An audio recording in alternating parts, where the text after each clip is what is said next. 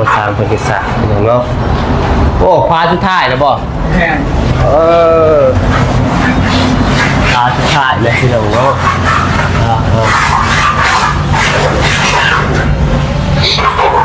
พาสุดท้ายสำหรับห้องโถงเลยพี่น้องเนาะบริเวณพาสุดท้ายเนี่ยเสาพี่ช่างนี่ก็สาบไม่ได้รอบประสานนี่ที่สาบยุ่นนี่เนาะเนี่ยเราเสาเลยว่าไม่รู้เจ้าเอิญคนอะไรก็กินนี่บักขน้อยบักขน้อยซื้อมันเองซื้อมันเองครับบักขน้อยบ่มันเองซื้อบุญทวีซื้อบักขน้อยมาซื้อเพิ่นเองฮะบักขน้อย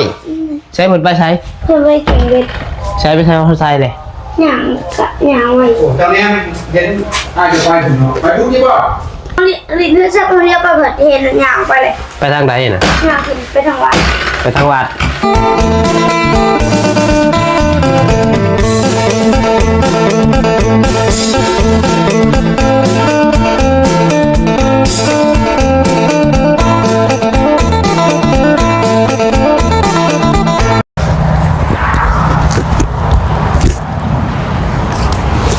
เดี๋ยวกันเนาะเปิดภาพเปิดกล่องมาวันนี้กะอยู่ทางเฮือนทางซานของน้องไฟฟ้าพี่น้องเนาะ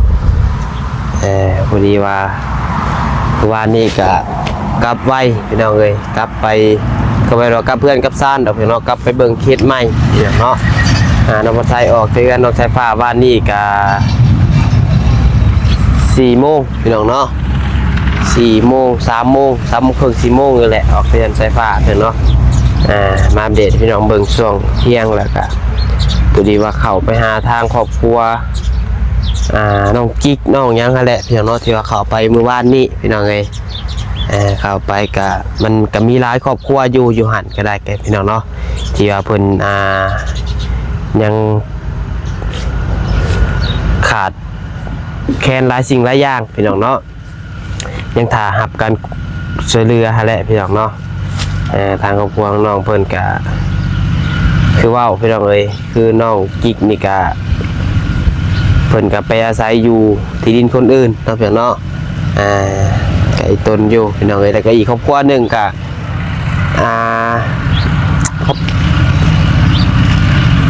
ครอบครัวหนึ่งกับครอบครัวน้องยังจะบ่ลืมแหละพี่น้องเนาะชื่อเพิ่นบ่ได้แล้วก็อันนั้นก็ให้ไม่ใต้ต้นพี่น้องเนาะเฮือนก็สิฮักแลนะก็ได้เลี้ยงล้านพี่น้องเลี้ยงล้าน4 คนสั่นเนาะเลี้ยงล้าน4 คนเลี้ยงลูกตัวเองอ่ะ2 คนที่ว่าเลี้ยงน้อยอยู่เลี้ยงล้านพร้อม4 คนเป็น6 คนพี่น้องเพื่อนก็น้อยก็สิซ้ำหม่องเพื่อนน้องสายผ้านี่แหละซ้ำเพื่อนเก่าน้องสายผ้านั่นแหละพี่น้องแต่ว่ามันก็สิคล้ายกลัวพี่น้องเนาะเพื่อนน้องสายผ้านี่สิคล้ายกลัวเพื่อนนั้นน้องเพิ่นน่ะฮักเบิดแล้วพี่น้องพาไม่เหี้ยให้เหมือนกันจนคู่จนนั้นดอกหมดเลยพี่น้องเนาะผู้ได้เบิ่งคลิปกะสิเห็นพี่น้องน้องปัจจัยก็อัพลงไปแล้วพี่น้องเนาะเอาก่อนอื่นเบิดกับทักทายสบายดีเด้อสบายดีพ่อแม่ FC กันเบิดสุคนเปียกมืดพี่น้องเนาะว่าสื่อของลาวฝั่งไทยและก็อยู่ทางต่างประเทศพี่น้องเลยกับพ่อกันอีกแล้วกับน้องพัดไซคือเก่าพี่น้องเนาะมาเฮือนสายฟ้าช่วงบ่ายช่วงเที่ยงพี่น้องเนาะขึ้นมาฮอดพี่ก็ได้ช่วงนี้ก็ไม่ได้มาแต่เช้าพี่น้องเลยเนาะความมื้อเช้านี่ก็ถ่ารถน้ำเมย์เนี่ยรถเมย์เพิ่นเอาไปตลาดพี่น้องเลยขี่รถเมย์มาเมื่อวานนี่ก็น้องขี่รถน้องทรายมาแต่ว่ามื้อนี้เพิ่นไปโรงเรียนพี่น้องเนาะเมื่อวานนี่เพิ่นเป็นไข่2 มื้อน้องทรายก็บ่ได้ไปโรงเรียนก็ไปมื้อนี้พี่น้องเนาะจังได้กับพวกแหละพี่น้องเนาะฝากเป็นกำลังใจให้ทางน้องปัดไซเด้อพี่น้องเด้อเนาะกะช่วงนี้ก็คือเห็นกันพี่น้องเนาะมันกะยอดวิวก็บ่ค่อยดีปานใดพี่น้องเลยก็บ่เป็นหยังก็คอยสู้คอยเฮ็ดไปพี่น้องเนาะก็ประสบปัญหาหลายอย่างพี่น้องเนาะกับมันถึกช่วงทางพี่น้องฝั่งไทยเฮาก็สงครามพี่น้องเนาะเพิ่นก็ทางนั้นก็ยังบุ่นอยู่พี่น้องกับโบติบ่ยังดอกพี่น้องเนาะทางนั้นก็สงครามยิงกันจุมันไว้อยู่พี่น้องเนาะเพิ่นก็มีเวลาเบิ่งเฮาดอกพี่น้องเนาะแต่ว่าส่วนหลาย FC ก็สิเป็น FC ฝั่งไทยที่ว่าเบิ่งพี่น้องเนาะ แต่ว่าอันนี้มันเกิดสงครามเพิ่นกับบ่มีเวลาเพิ่นกับสู้รบว่าซั่นซะแล้วเนาะจังได๋ก็เป็นกำลังใจให้เด้อพี่น้องเด้อเนาะขอให้ผ่านวิกฤตไปด้วยดีพี่น้องเนาะจังได๋ก็เป็นกำลังใจให้พี่น้องฝั่งไทยเฮาคือเก่าพี่น้องเนาะป้าๆลุงๆพ่อๆแม่เป็นจังได๋สงบแน่แล้วบ่พี่น้องคือว่ายังยิงยังกันอยู่บ่เนาะน้องภาษาก็เบิ่งคลิปก็เบิ่งผ่านๆซื้อพี่น้องบ่ได้เบิ่งพันใดบ่ได้ติดตามพันใดพี่น้องเนาะแบบข่าวอ่านหาพี่น้องเนาะแบบติดตามห่างๆว่าซั่นซะก็เป็นห่วงอยู่พี่น้องเอ้ยวันนี้พี่น้องเอ้ยทั้งเด็กทั้งงานเฮาเนาะโตตังเฮียพอสร้างเพิ่นก็มาแล้วพี่น้องเนาะใช่น่ะได้บ่เฮ็ดแล้วนะคือบ่สูบใส่กุใส่ยางเอาแล้วก็จังถอกใส่เอาความลงหันน่ะสูบเมื่อยซื่อได้ฮะได้อยู่ได้บ่เอาตามใจจันว่าเจ้าหาแล้วจอยคุ้มสิเต็มลงเพิ่นว่าความลงหันน่ะพอแห้งได้สูบใหม่อีกขึ้นมาแต่มื้อใดวานนี่มาฮอดวานนี่บ่โดยเมื่อวานนี่คิดแล้วว่าหาก็มาแต่เช้านี่ซะแล้วเด็กคือนี่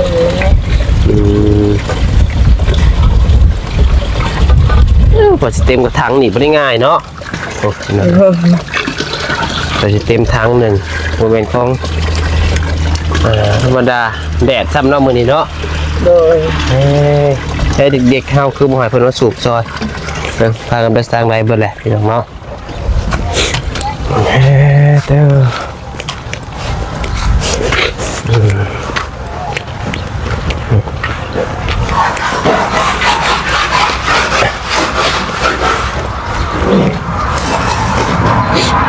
อะไรเบิดเด้พี่น้องเนาะเงียบเงาแทนมื้อนี้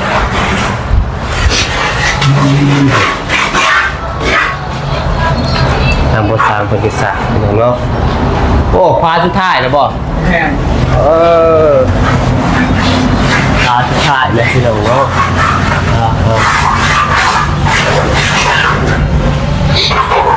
พาสุดท้ายสำหรับห้องโถงเลยพี่น้องเนาะบริเวณพาสุดท้ายเนี่ยเสาพี่ช่างนี่ก็สาบไม่ได้รอบประสางนี่ที่สาบยุ่นนี่เนาะเนี่ยเราเสาเลยคือว่าห้องโถงดีสาบใกล้สิแล้วพี่น้องเอ้ยยังราคาสุดท้ายจะหนีหาเที่ยงคือสิแล้วอยู่พี่น้องเอ้ยอีก5 ก็11 โมงปลาย11 โมงครึ่งโอ้นั่งสูงเลยเอาเลิกเสื่อมเลยทำไมพอเข่าได้โบก็เรือเราไปปลูกระยะแล้วก็จะไปทางอื่นแล้วคนอ่อนไปได้ได้ระยะคุณเลยให้ไปคนอ่อนฮะปลาขอน้อยว่าใหม่รู้ไม่รู้เจ้าเอิญคนอะไรก็กินนี่บักขน้อยบักขน้อยซื้อมันเองให้บักขน้อยบ่มันเองซื้อบุญทวีซื้อบักขน้อยมาซื้อเพิ่นเองฮะบักขน้อยใช้เพิ่นไปใช้เพิ่นไปเก่งเบ็ดใช้ไปใช้เขาใส่เลยอย่างไว้โอ้ตอนนี้เห็นจะไปถึงไปทุกที่ป่ะลินจะเรียกไปเปิดเห็นอย่างไปเลยไปทางใดน่ะอย่างไปทางวัดกินเห็นอยู่กี่เนี่ยการมาทักทายไปแกงเบ็ดเลยแร่ได้พี่น้องได้เบ็ดได้ยังไงเนาะดูขึ้นมาดูได้ขนมกินอีกเบิดได้ขนมยังก็ทกได้ขนมทงบักใหญ่หนึ่งน้ำมีอะไรอยู่เลยน้ำมันเบิดบ่ใช้ซื้อมาให้โอ้ได้ไหมสบายดีแล้วสบายดีปะลุงเลยใช้นี่เครื่องของภาษาง่ายไปเบิดแรกพออยู่บนนอนบนนอนเจ้าได้สักคือผู้ใหญ่ไปมาเป็นก่อนฮะจังหน่อยละจังหน่อยบ่ง่ายเดี๋ยวปะแล้วภาษาผลมานั่นได้ฮะเครื่องไปแล้วจะง่ายบ่ง่ายก็ได้ฮะ เอาง่ายวันนี้คอยพูดใช่ไหม เก็บหื้อไปลองมาตกถึกขี้ดินเด้อเอาไปเทละร้อยก็ได้ครับมันจะถึกขี้ดิน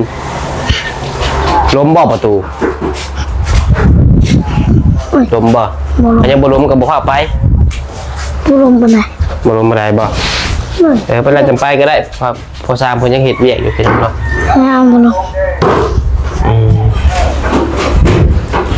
ค่าอันนี้ ได้ขนมทงลายอยู่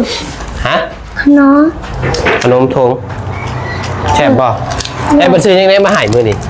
อาหารแมวมีไข่ขนม อาหารแมว เลย คือเก่า เลยท้องสุบจบเป็นวุ้น เบิดแล้วบ่ตัวนะฮะ เบิดละ ตัวเพิ่นซื้อมาให้มื้อก่อนนะ เบิดละ น้ำมาเราไปเพิ่มย่ำบ่ลงมา อาหารหมาพร้อมบ่ โอ้กี่เงินมีอยู่มาจะเล็กน้อยก็ยังมันกินกัน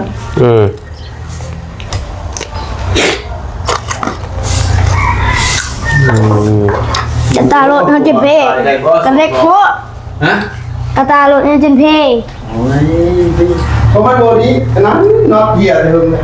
แมวก็บ่สร้าง กระดาษรถเท่บอกมันนี้ บ่จะว่าหอนทรายยังก็ ว่าเป็นของชาเลยก็สองล้อ ผู้ใด ที่อะไรชามล้อ สายฟ้านี้ มาแล้วพุทธวีใส่ผ้ายังใส่ผ้ายังพูดในผ้ามันนี่ ให้บุญทวีหอนทรายให้ไปคนอะไรจะไปงานคนนี้ ว่าบุตรีว่าเราถามว่าที่เลือกตัวแรกเขาเลือกคิวปูนเขาบุตรีเขาเลือก อยู่พูดในคอยพุทธวีเป็นพร ที่เพิ่นว่าอยู่บ้านนี่แต่โอ้ใส่น้องใส่ผ้าลายว่ะเฮ็ด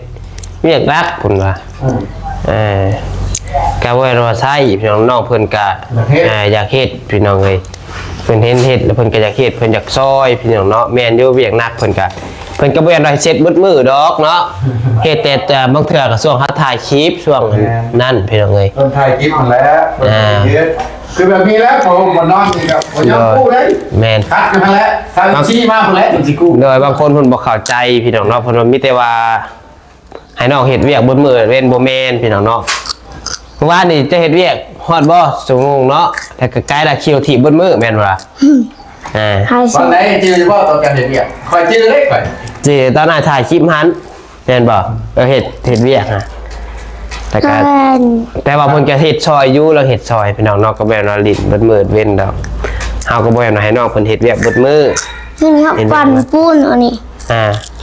มันปั่นปูนลิ้นเท้าแหลกอะมันได้เท่ากับหิวในโซกเราก็หิวนะครับเท่ากับหับเอาน้ำลาว โดย ตาเป็นแล้วห่างได้ เพิ่นว่าใส่เด็กน้อยหลายเพิ่นว่าอาหารไม่เอาแพ็คหนึ่งมันมีมี12อันบ่ โดยมี12ซองเราซื้อมา2แพ็ค ซื้อมา2แพ็ค โดยแพ็คหนึ่งมันจะเป็นสีบัว แพ็คหนึ่งจะเป็นสีส้มมันจะแตกต่างกันมันจะหอม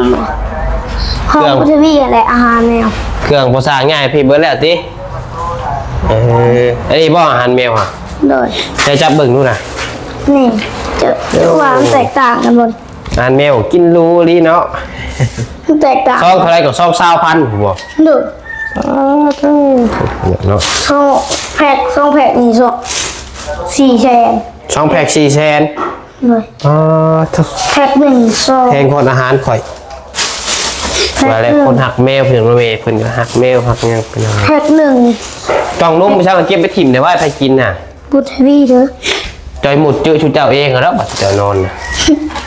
กินให้พ่อมา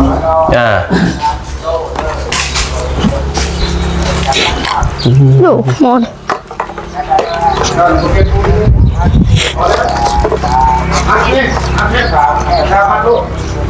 ใช่น่ะดิกระเป๋าเฮาหั่นดิ หมดเอาไปจุดไฟเลย จุดเลย ขี้อยากกินเต็มตอนน่ะเอาเก็บใส่ปุ๊บ ถิ่มแล้วมาพี่เด้อ บ้าทุกสางที่ต้องกินหมดเนี่ยคิ้วเขาแล้ว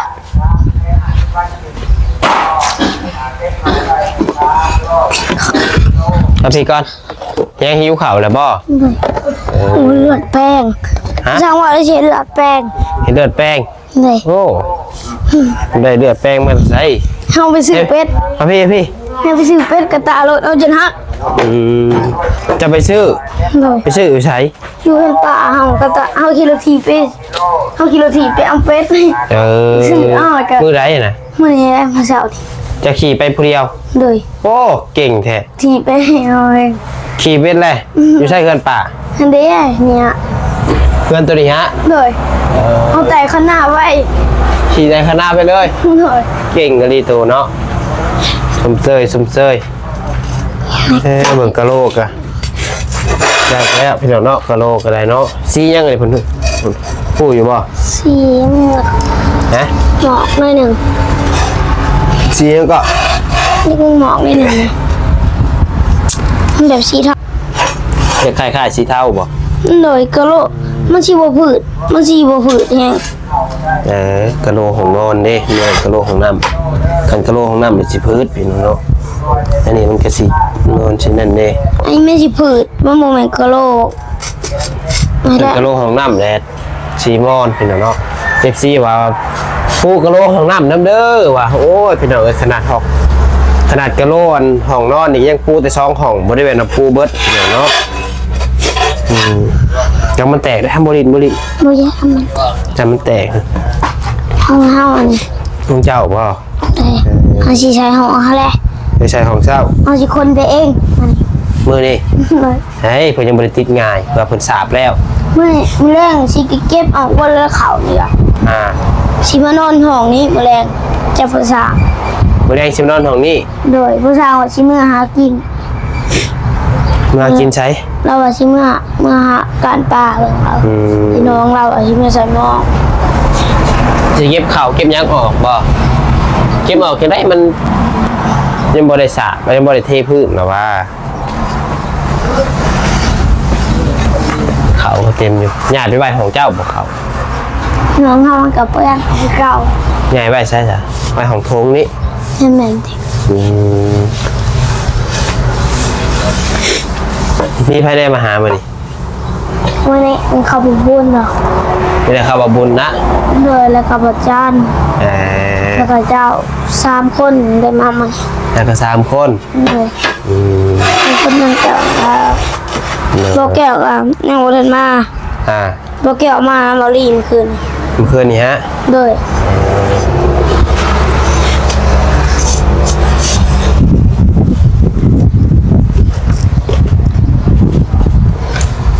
หิวเขาแล้วบ่ กินเป็ดแผล กินเป็ดกับกาบ กินเป็ดกึ ไปเบิ่งบ่สร้างเฮ็ดเวียกต่อไปจังหน่อยนึง แผล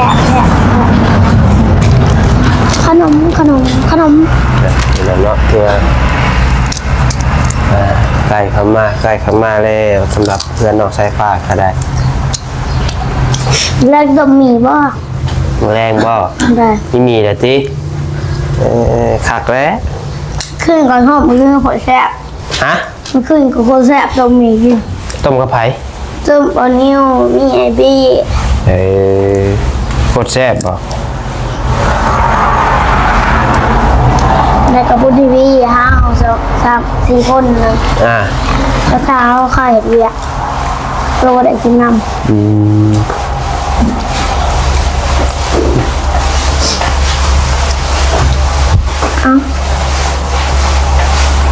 วุ่นวัดละ นั่งแหละคอยใหม่แหละเบิดนะคอยต่อหมอกแก้วเบิด เราได้เลือกเลย โอ้ยสุกแล้วก็เหือแตกเหือแตนพี่น้องเอ้ยสูบน้ำเนาะสูบน้ำตากแดดคอยเห็นเอง บ่ดีใส่ผ้าบ่ดีเนาะ ว้าวเก็บปูก่อน โอเค โอ้โหเก็บรถคน จะเอาหัวหอบเธอแหละ ลองมันดีดใส่ปากไปซุกดีเข้าปากพอแห้งเข้าปากแค่พร้อมมาแล้ว ทำไปแล้วเพื่อนทำไปเลยเนาะเลยเนาะเพื่อนนั่นแหละ เม็ดมันถือที่จะเปื้อนใช่ปะ แนวผมมาได้ ก่อน ทำมาลินได้ตัวนี้นะ เวลาเที่ยงไม่ได้ อันอื่นนี่ เกียงเกียง บ่มีแนวลิ้นแล้วอันไหน บ่มีแนวลิ้นเลย อันอื่นเฮาบ่มักลิ้นแล้ว ก่อนใส่มาใส่รถตั้งใส่ประชุมขอบไว้เลย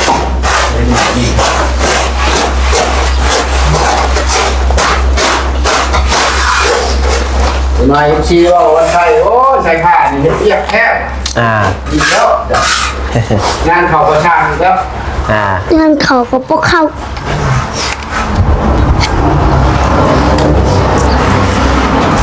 ถือว่าสองพานี่แล้วแต่บ้านนี่เนาะสวยงามเป็นอย่างเงี้ยกิ๊บหักเป็นยังขาดแต่สีแบบนี้เนาะขาดแต่สีท่าพี่น้องเอ้ย ที่ท่าให้บ่แก้วไอ้ซื้อมาให้ สีท่าเพื่อนเท่าไร โดย โอ้เอาดีนี่บ่ โดย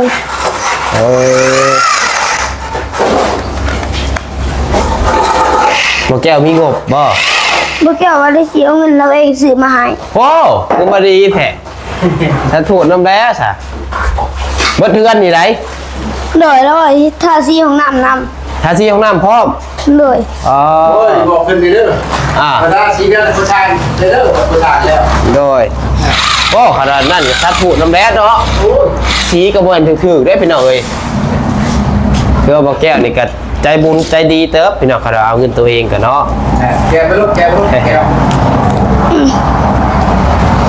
เบิดลายทั้งเติบได้นี่เนาะโถเฮือนนี่ แม่สามพันเลย เฉพาะลองพื้นนี่ก็ท้องบ่ซ้ำบ่ ออกไปครั้งหนึ่ง ทั้งหนึ่งนอกในได้ ครั้งหนึ่งราศีดีจบสอง ภาษีแท้อีกเนาะบ่ต่ำแวนเกือบหมื่นผู้ประจักษ์เกือบ10,000 บาทผู้ประจักษ์ เอามา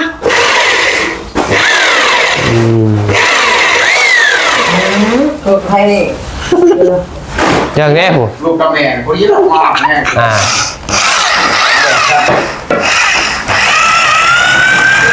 เดี๋ยวขอเสียไม้ก่อนเดี๋ยวขอไม้ก่อนจะถึงน้ำตุ้มลงนี่พอแห้งเห็นโดดจ้ะมันอันน้ำซะอีกหรอวะ น้ำใส่ตัวอ่อนนี่พูดหน่อยเดียว ซ้ายก่อนขอยันปูนถึก เราคู่ผู้ชายคู่ฮันลูกแต่คู่ฮันมันสบายปั๊ม ปูนมันบหลายเนาะเอาสำหรับพี่น้องเราคลิปนี้ก็ได้ก็อัปเดตพี่น้องเบิ่งเพื่อนสร้างของเราไฟฟ้าล่าสุดมื้อนี้เด้อพี่น้องเนี่ยก็ถือว่าพอสร้าง3 ห้องโถงใกล้สิแล้วเนาะเพิ่นเนาะแล้วก็ต่อห้องไฟฟ้ามื้อนี้กับมื้ออื่นก็คือสิแล้วห้องไฟฟ้านี่เนาะมื้ออื่นก็มาต่อห้องนี้อีกประมาณ3 มื้อก็คือสิแล้วภายในพี่น้องถ้ามีผิดพลาดได้เด้อเนาะเราก็ได้อยู่มื้อละ2 พาตามสุดเนาะมื้อละ2 พา3 พาก็ได้อยู่พี่น้องบอกผู้เดียวแล้วเด้อันนั้นบ่มีคนหอนซ้ายซอยก็บ่ได้เดี๋ยวเนาะอยู่ดีมีแฮงบ่สุขคนขอบคุณบ่พอแม่ FC ที่เข้ามาชมเด้อพี่น้องเด้อสำหรับคลิปนี้ลาไปก่อนแล้วขอกล่าวคำว่าสบายดีโชคมันร่ำรวยบ่สุขคน